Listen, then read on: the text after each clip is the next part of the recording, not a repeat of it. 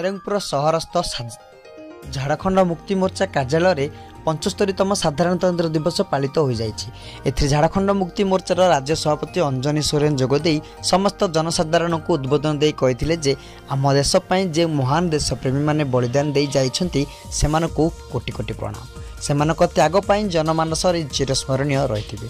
यह अवसर में रायरंगपुर उपखंड डाक्तरखाना झारखंड मुक्ति मोर्चा तरफ रोगी मानकु कंबल बंटन कर जायतिला।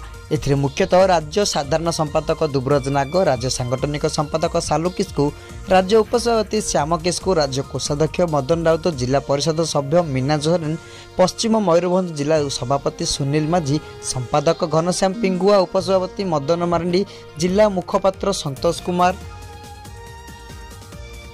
मुर्मू, महिला मोर्चा नेत्री सुभाषिनी हांसदा, बहलदा ब्लॉक सभापति सुरेश चंद्र मुर्मू, तिरंगी ब्लॉक सभापति रूपाई मुर्मू, जामदा ब्लॉक सभापति पूर्णचंद्र टुडू, उपसभापति केनीराम आल्डा, करंजिया निर्वाचन मंडली सभापति भाद सोरेन, रायरंगपुर ब्लॉक संपादक सुरजित मुर्मू, ब्लॉक उपदेष्टा मुचिराम मार्डी, बहलदा ब्लॉक युव मोर्चा सभापति बांता बास्के, कामदा ब्लॉक युव मोर्चा सभापति मधु बांदा, जामदा ब्लॉक सक्रिय सदस्य फागु बास्के, गुहार डांगरी सभापति रायसेन माझी, बहलदा ब्लॉक संपादक बुधराव हांसदा, रायरंगपुर ऑफिस कर्मी उदयनाथ मुर्मू तथा बहु झारखंड मुक्ति मोर्चा कर्मी जोग देथिले।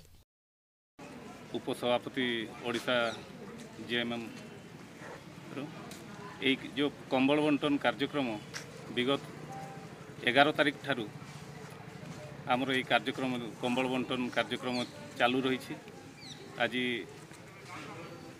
26 जनवरी उपलक्षे पताका उत्तोलन कले आम राज्य सभानेत्री अंजनी सोरेन एवं ता परवर्ती कार्यक्रम होछि आमर हॉस्पिटल रे थिबा प्राय 200 रु अधिक रोगी को कंबल बंटन करा जाउछि।